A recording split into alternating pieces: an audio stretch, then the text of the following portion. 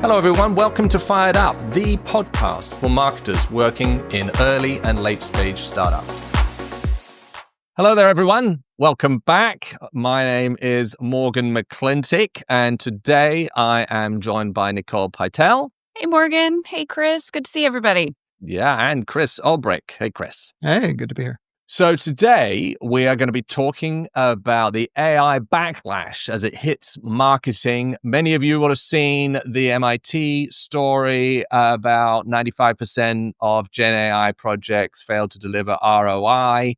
And also the fact that Meta is not hiring as many AI people, et cetera, et cetera. And just talking to other marketers, I have a feeling that we're at peak expectation for AI, and now we're into actually using it in anger. A lot of marketers are, okay, it's great. It does a certain amount of things really well. It does some other things not as well. And so maybe we're starting to sort of come into that sort of slope of disillusionment. To be clear, we are big advocates of AI enhanced marketing, using it judiciously, and judgment is the word here, I think. But where's that line? Like that, it's probably changing. And so what we thought we would do today is just look at some of the data that's out there and a few use cases, content creation, using it in ads, etc., and just really sort of think, all right, where should marketers be using AI? How should they be using AI? And what does the data tell us? So let's start then here with buyers, as we always should. You know, they don't really trust AI generated marketing content. And, you know, in fact, it could even erode your brand. So what are we seeing here, Nicole? Yeah, I mean, it makes sense. We're seeing that a lot of times buyers are going to click through. They're going to say, is this written by a human? Or if they're using AI themselves, they're going to click through. Are these stats legitimate? Are these facts correct? And we're seeing studies that say nearly half of B2B buyers that they're just less likely to trust things that are written by a bot. And that's not surprising, because even though we're selling to companies, we're selling to people, and they want to hear from people. If they're going to trust you with this massive investment of tech, whatever that is, however many tens of thousands of dollars or millions of dollars that may be, they don't want their due diligence to come from a robot. They want it to come from a genuine expert who has the domain expertise, who can understand the buyer's business context and everything that goes into a major tech purchase. Why would you feel comfortable relying on a bot? B2B buyers in general are just very, very hesitant and have been for quite some time. There's a lot of time that they spend doing their due diligence in every other sense. So I'm not surprised that they're not totally keen on AI generated content, and it just kind of gives them a little bit of anxiety. It makes sense when you think about what they're buying and what they're on the hook for internally in making a purchase decision. Yeah, I think we're getting past the initial novelty of having a robot that can write. And people are becoming accustomed to the characteristics of that writing. They're learning to spot them. I think that probably most people, when they got their first taste of AI writing, they had the sense that we've all had that, wow, this is in many cases as good as the thing that a junior employee might turn in. Sometimes, if it's really hitting it out of the park, a more senior employee, we've all heard stories about LLMs being capable of passing bar exams or relatively difficult professional exams and professors being floored by it. But the more people see AI writing, the more they're getting accustomed and learning to spot the characteristic tics of that writing, and that LLMs have a voice.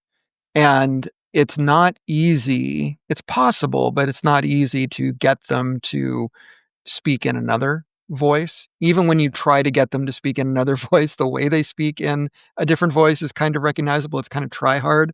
And so the impact of that initial training, the largely online content that LLMs were trained on, that the online feel of that writing is still evident in the output.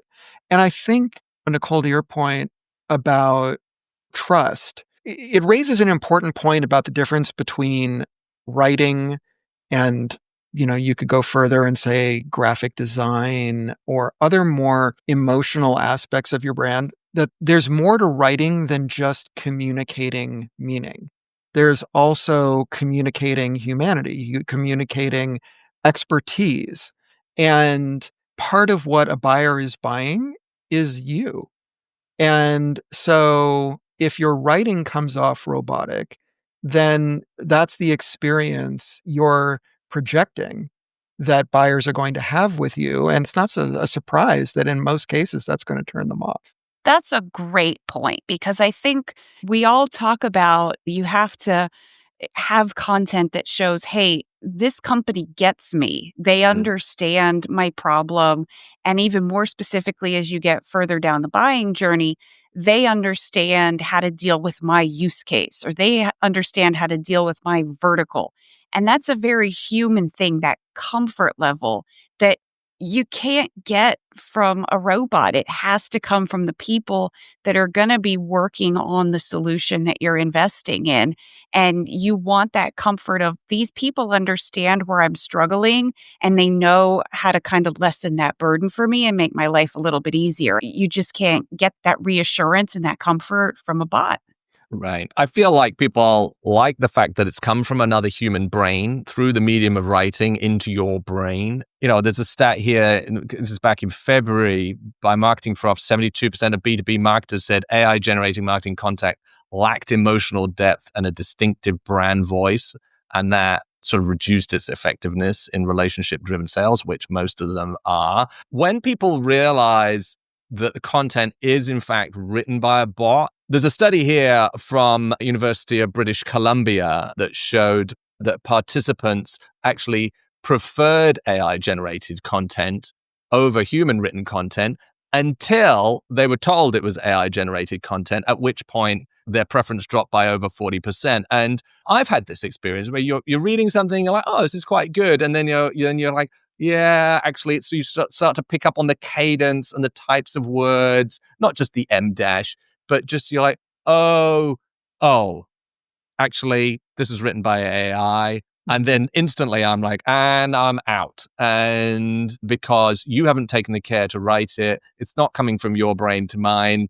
You as a brand haven't invested time in creating this content. And me as a reader, I'm probably not going to invest time either then.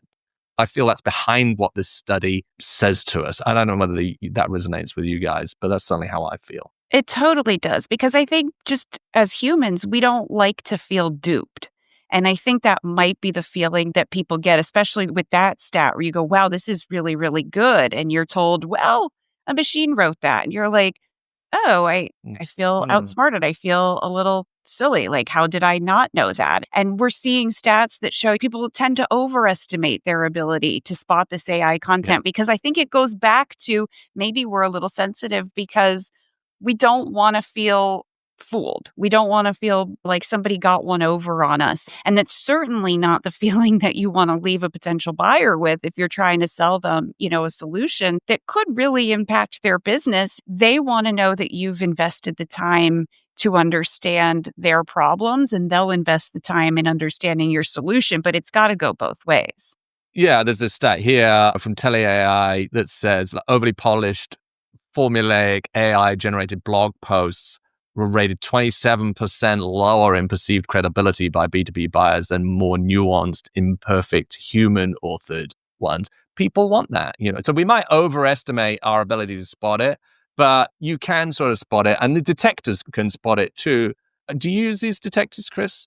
I do, more for experimentation than anything, because as someone who is in charge of generating content for clients, I'm aware that a lot of our clients are on their side just full steam ahead. They're just writing blog posts with LLMs. And that is increasingly the expectation.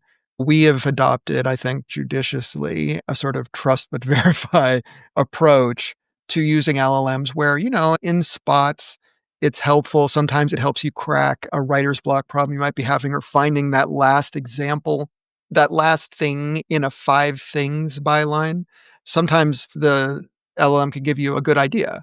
And then obviously the question is, at that point, how much of the material do you want to use? But personally, I just don't think it's a good look to put out material which is easily detectable. It's almost a formality, but if you are fine, if you decide it's fine, that you have no problem putting LLM generated content out in the world, whether it's a sentence or a paragraph or whatnot, I still feel like you ought to rough it up enough so that its AI-ness is not in everybody's face. Because honestly, if you're at the 95%, these AI detectors will rate your copy from 0 to 100% human written. And if you're detecting it at 95%, there are probably telltale signs all over that copy that a human reader will detect. And that's a sign, again, to our earlier point, that for the sake of your brand, you probably want to do some editing just so that, even if you don't have an ethical problem with it, but just from a tactical point of view, you want your readers to feel like they're interacting with a human voice or they're encountering a human voice. Yeah. But do these detectors work, Nicole? I mean, I find them a bit mixed. I find them a bit mixed as well. I've done some testing and I've put content where I, hand to God, wrote every single word and ran it through 4 different things. And 2 of them are like, this is totally human. And 2 of them are like, this is AI. And then I've taken, stuff out of ChatGPT where, like to Chris's point, I rough it up a little bit, but not much. And it says some of them say this is human and some of them say it's AI. So it's kind of hit or miss. I certainly wouldn't make a judgment based on what a couple of AI detectors are saying. But I think if you've got potential buyers out there reading your content that are going so far as to think, what is this?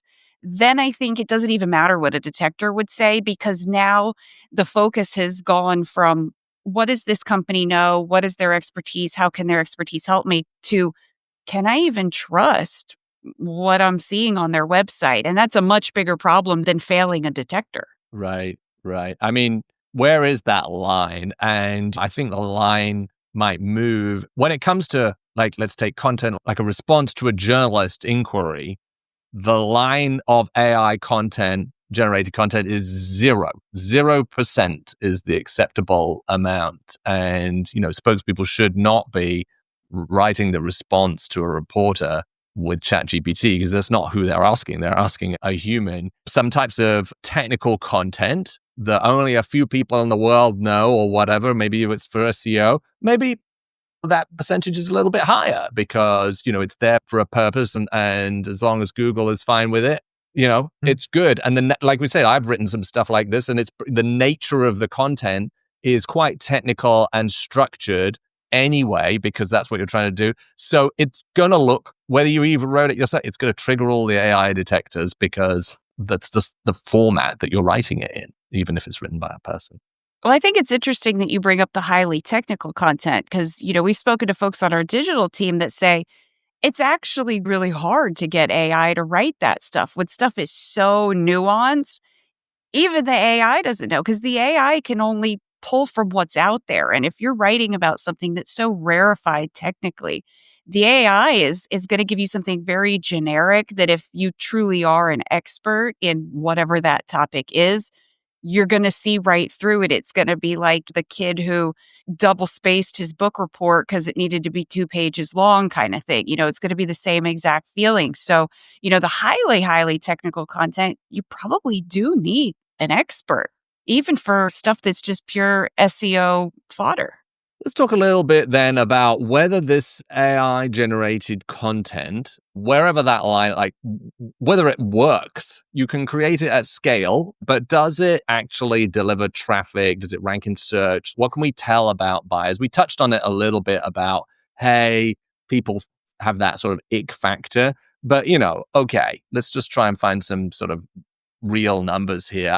Google's official line in its sort of dev blogs is that it does not care whether content is written by a person or written by a bot, as long as it meets its EEAT statistic threshold, expertise, experience, authoritativeness, and trust. So, you can create content with a bot and post that, and it could rank. The challenge is it needs to be authoritative and it needs to have expertise, and sort of by its very nature, the fact that the models are searching the web and are trained, and their base models trained on the web anyway, regurgitating what it knows, it probably then means that this isn't going to be an original piece with real insight and therefore may not rank. But there's a stat here, 2025 report by Jolly Marketer, AI written blog posts were 37% less likely to rank in the top 10 of Google's results compared to handwritten posts in B2B tech, because the content's thinner, it's using generic language, it doesn't really have an insight. So blog posts feel like an area where you can just rip out a post using AI. It's probably not going to rank if that's one of the goals, and it often is. Yeah, I wonder how this relates to LinkedIn content. I mean, we're talking about ranking here, but engagement. If you're producing content for LinkedIn, like all social networks now, just overrun with AI generated content. You can always spot it with the emojis and the short, punchy sentences. And so many people are churning out content there. And I have noticed, just anecdotally, a really sharp rise, at least in my feed, over the last month or so, of people complaining about all the AI slop they're seeing and begging people to stop. And of course, that's in and of itself a sort of engagement trap that they're setting. But the new engagement trap is to complain about AI generated engagement traps. At any rate, my feed is filled with marketers, so people who are probably especially attuned to this issue, maybe engineers don't mind as much, but it certainly would not surprise me if the really transparent kinds of AI generated posts you see on LinkedIn don't get the engagement that they were hoping for. I do think that there's a reason that so many people have adopted this format. Yes, it's easy, but the algorithm's probably showing it to you because people have figured out the kind of cliffhanger style of an AI generated post that works. But I do think people are getting wise to it, and I suspect the return on investment there is going to go way down soon. Yeah, I don't have the stats to hand on this, but this is individuals posting around their personal brand, right? And people buy from people. And I guess if you realize, actually, I'm not actually even hearing from them, the engagement is soon going to fall away as we all get better at spotting it. And the same with comments, by the way. You had the little wave of comments which would just recapitulate the post and then ask you a question at the end. I've seen that sort of fall away as a tactic a lot more. And LinkedIn is really trying to get people to comment, because I don't know if you've noticed, but when you comment now, it shows to you the number of views of your comment that it's had. So I think they're trying to encourage through that mechanism, by showing the visibility of how much your comments are getting viewed, they're trying to encourage you to comment.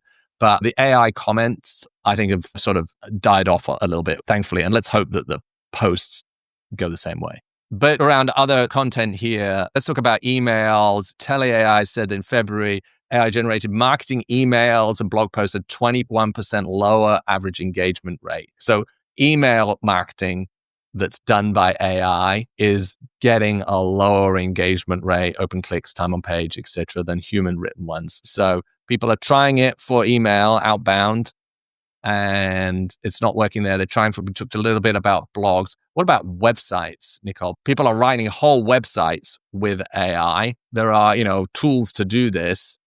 Does that work? Well, according to Rare Better's data, no. It shows that website pages that are written by AI, the bounce rates are 25 to 40% higher than ones done manually. So what are we seeing there? It comes to everything from the layout to the user experience. The copy just feels very templated. It just gives off this very robotic, unhuman kind of assembly line vibe, which you don't want for your website. So the data is telling the story here. I think we can assume that it's going to perform poorly, but this is showing us that people are just not sticking around and they don't want to encounter it. Yeah, it's funny. It occurs to me, I'm sure I'm not the first to say this, that there's probably a kind of uncanny valley effect in writing just as there is in animation. And for those not familiar, the uncanny valley is the phenomenon where a computer generated animation is realistic enough, or image is realistic enough to trigger the part of your mind that says, oh, that looks real, but also fake enough that it triggers a kind of disgust in your mind where it's like, oh, there's something wrong with that image. And so, it turns out there's actually an undesirable middle ground. You would actually prefer the material to look more fake, like really cartoonish, or to look more photorealistic if you could get it there. But the worst of all worlds, it turns out, is this uncanny valley in the middle. It may be that we're seeing that with AI writing as well, where it's just not quite human enough to be convincing and just human enough to trigger a bit of questioning and revulsion. I don't want to be, too strong about it, because the truth is most websites are not great works of, they're not literature, they're not art. Most of them, some absolutely, some brilliant are truly brilliant works of art in their own right. But I mean, LLMs were trained on what was out there. And I suspect that one of the reasons that it's so good, like AI detectors are so good at flagging bylines, is because so many bylines got swept up into LLM training sets. And truth be told, probably LLMs got trained on a lot of mediocre writing. A lot of the telltale signs of LLM writing, I mean, I've committed these sins, the cling clang, like not just this, but also that. And, journalists, there's this whole, you'll often see people protest about the M dash because you'll take the M dash out of my cold dead hands. Because, as anyone who's been writing for the last 20 years knows, that we are living in the age of the M dash. So the fact that, forget the semicolon, the M dash rules, or the colon. Nobody uses colons anymore. It's all M dashes now. So the fact that an LLM uses a dash is probably more indicative of how people wrote when they weren't writing at their best. So what you get with LLMs is this sort of amplification of mediocrity. And it turns out that when you amplify mediocrity, mediocre writing to the extent that we have with the automation that an LLM provides, people really start tuning into it in a way that they might not have before. We've talked a little bit about content here. We talked about search. We talked about AI in email, but it also can be used for ads, generating ads. And we've tested this. It's great for sort of mock-ups of ads. You can use ChatGPT for that. And I've got this concept. It looks a bit like this, and you can sort of render it out. There are tools which are often creatively, you'll have an ad and then you want to reformat it, these same sort of things in lots of different formats for different sites. And so that's pretty good at doing that. You can also just create whole ads with, hey, I want to say this, create me a display ad, just use a tool to create the whole ad, which makes it easier. You even see the platforms doing this, which we'll talk about in a minute. Unfortunately, though, the ads, they seem a bit sort of too generic when it comes to B2B. There's a stat here from GrowLeads, a 2025 campaign review. With B2B ads written by generative AI tools were 25% more likely to be rated as generic or irrelevant in A/B testing compared to a human ad. And I'll say also that recently Google, with its paid search, has started rolling. I mean, Google wants to just take your money and automate as much of the ad creation process as possible. So it's coin operated. If you get in the back end of Google Ads, it's really complex and there's lots of levers to pull. But you can also just put your money in, say, I want to target this, but give it a little bit of data and then press the button and it'll take your money. Thank you very much. It's got plenty of inventory. The challenge, and they've started using AI a lot more to do this, to actually create search ads, which are just text. The challenge is it starts to, where you really need to narrowly, I've got a narrow definition and a narrow set of people and keywords I'm trying to advertise against. It will sort of generate other keywords that it thinks are close to it, but are irrelevant. So now it's sort of advertising against words that are completely irrelevant to your product and to people searching, and it'll spend your money. And so it's actually a bit of a problem. It's trying to be helpful, but you have to now go in and add loads more negative keywords than you did before. because it's trying to automate as much stuff as possible. The ads, visually, they're sort of generic, and then just sort of targeting wise, they're spending the money. The AI here is, when it comes to what we do in B2B tech, it's because it's so niche what we do, it's so targeted, it just slightly misses. And therefore, the results are not there. 25% less is a big miss.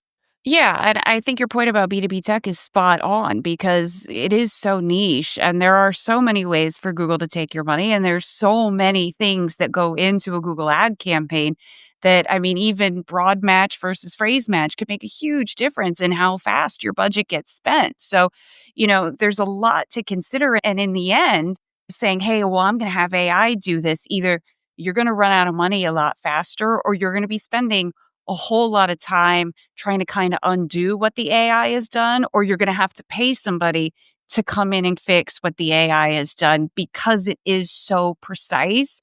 And the last thing, especially that our startup marketing friends need, is a bunch of ads going out that have no relevance to anybody looking at them. Nobody wants that. But when you're looking at the fixed budgets in the startup world, that just can't happen. Right.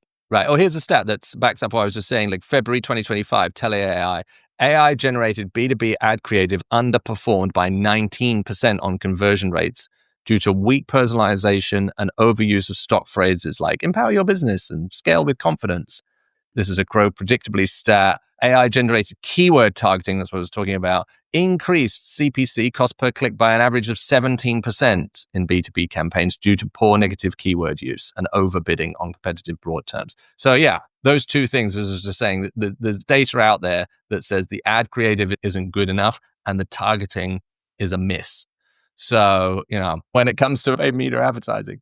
Right. I mean, in a way, it comes down to ROI and what you're trying to achieve. I think what it seems we're gathering from these statistics is that for your money, if you generate an ad with AI, you might check the awareness box, right? The ad is not going to disgrace you. So at minimum, it will solve the problem people have never heard our name. And you see any number of billboards along the 101 that are basically just awareness generators. It's just the name of the company and what they do. Proof of life kind of ads. Yeah. Well, yeah. I mean, maybe there's a sort of bravado implicit in that kind of ad where all we need to do is tell you what we are and what we can deliver, and you're going to want to get in touch. But if you're not that confident, or your product is not that self-explanatory, or the demand for it is not so great, and you want to influence preference, then AI is not going to get you there. And you really have to decide whether the additional cost of injecting that personality, humor, humanity into your message is going to get you the incremental benefit or maybe the step change benefit that you're looking for. So it really does come down to the problem you're trying to solve with the ad. Yeah, that's fair. I mean, I've got another stat here, adcreative.ai, which is one of these tools that, you can create that sort of display ads quite easily. It's pretty good, but it says here creative fatigue is 2 times faster on its AI created ads than on human crafted ads. So, to your point, people get bored of their generic ads a lot faster than something that you put a bit more creativity and effort into. Just as we wrap here, then, the last thing I want to touch on is hallucination and bias and sort of, damage to the brand, because we all know that AI hallucinates. And look, it's getting a lot better. And if you click through, a lot of people do click through to the, 90% so screen digital click through when they find the results in overviews. Okay, was that really correct? Yeah, a lot of people do if they're checking the data. But there are errors, right, in the material. So, what does the data here say, Nicole? Yeah, there's a lot of data here, and I can tell you the hallucinations are real. I was asking ChatGPT this morning, and it gave me a stat, and I went into Google to fact check it. It came from nowhere. It doesn't exist. It gave me a completely made-up stat, and if I had put that into our content, that makes me just look ridiculous. So, it definitely can damage the brand. It definitely does happen. You definitely do need to fact check. I think people like the convenience of AI because it's easier than Googling. You Google and you're looking for something and you got to go through all those links. Maybe you go through 5 or 6 of the first sites listed, and AI just gives you the answer. But you've got to be very careful about what that answer is. And we see data here from Originality AI says that 61% of marketing leaders say that a factual error in AI content, no matter how small it is, would significantly harm the trust in the brand. And I think that's absolutely 100% accurate. If you're putting out stuff that's just wrong, why would you expect anybody to keep listening or to take you seriously or to trust you? Yeah, it's not so much the error, right? It's the signal that you're sending that nobody at your company cares enough to check your own copy. And if you're that careless with your own material, how careful are you going to be with my security? Right. And, here's a stat from Stanford HAI says 38% of AI generated marketing content contained at least one factual error, including incorrect product specs, outdated data, made up customer names. It makes a ton of stuff up. I mean, I was looking for influencers as I sometimes do. It's great for research. And one of the influencers that was suggested for this particular campaign, unfortunately, had died. And then said, "Oh, so you want alive influencers?" Let's just clarify that. So You mean you didn't have that in the prompt, Morgan? You wanted live influencers? I mean, it's super awkward. So, you've got to check the data because, as you say, Chris, it can reflect very badly on the brand. And on a related note about hallucinations, there's another thing here where Meta's Advantage Plus AI ad system reported in April 2025, it generated ad headlines for non-existent product features and outdated statistics. So obviously all these platforms are using AI internally, as we just talked about, but some of them are even making up false claims on your behalf as a brand. And so, it's everywhere. And so you just got to keep your eyes out for this because that can lead to obviously legal ramifications. You're advertising something that doesn't exist. And even worse, did you hear about the group in Dublin? They used AI generated event content and they got all these people to show up at a parade that didn't exist, just never existed. But all the people came. Well, this remains to be seen how this is all going to play out. But I think that example, Nicole's example, and the larger topic Morgan's bringing up here, raises the question about what impact AI is going to have with all of our relationships with brands, with politics, with each other. I mean, we're moving into a phase of our civilization where I think everybody feels like they have to be on guard because it is increasingly easy to get duped. And so I think brands need to consider how they are operating in an atmosphere of growing generalized distrust. That's not a positive, right? That's not the world we want to live in. But for a brand, if you are operating in that environment, you are going to stand out by communicating trust, humanity, reality. And so I think the challenge brands are faced with right now is balancing the undoubted efficiencies of AI on the one hand with the imperative to connect on a human level with their customers on the other. And, we don't have a silver bullet for that. That's something that we as marketers are grappling with right now and our listeners are grappling with. We're all working through this together, but it seems to me that's the big challenge we're all up against. I think on that note, we'll wrap up here, Chris. That as the sort of backlash is here and the pendulum is swinging back towards more just making sure that the brand is creative and human, even if you're using AI to accelerate some of the processes on the back end. All right, something that we'll definitely be revisiting, something that we should all keep our eye on. Nicole, Chris, thanks for diving deep on that. And thank you for listening. And we will see you all again right here next week.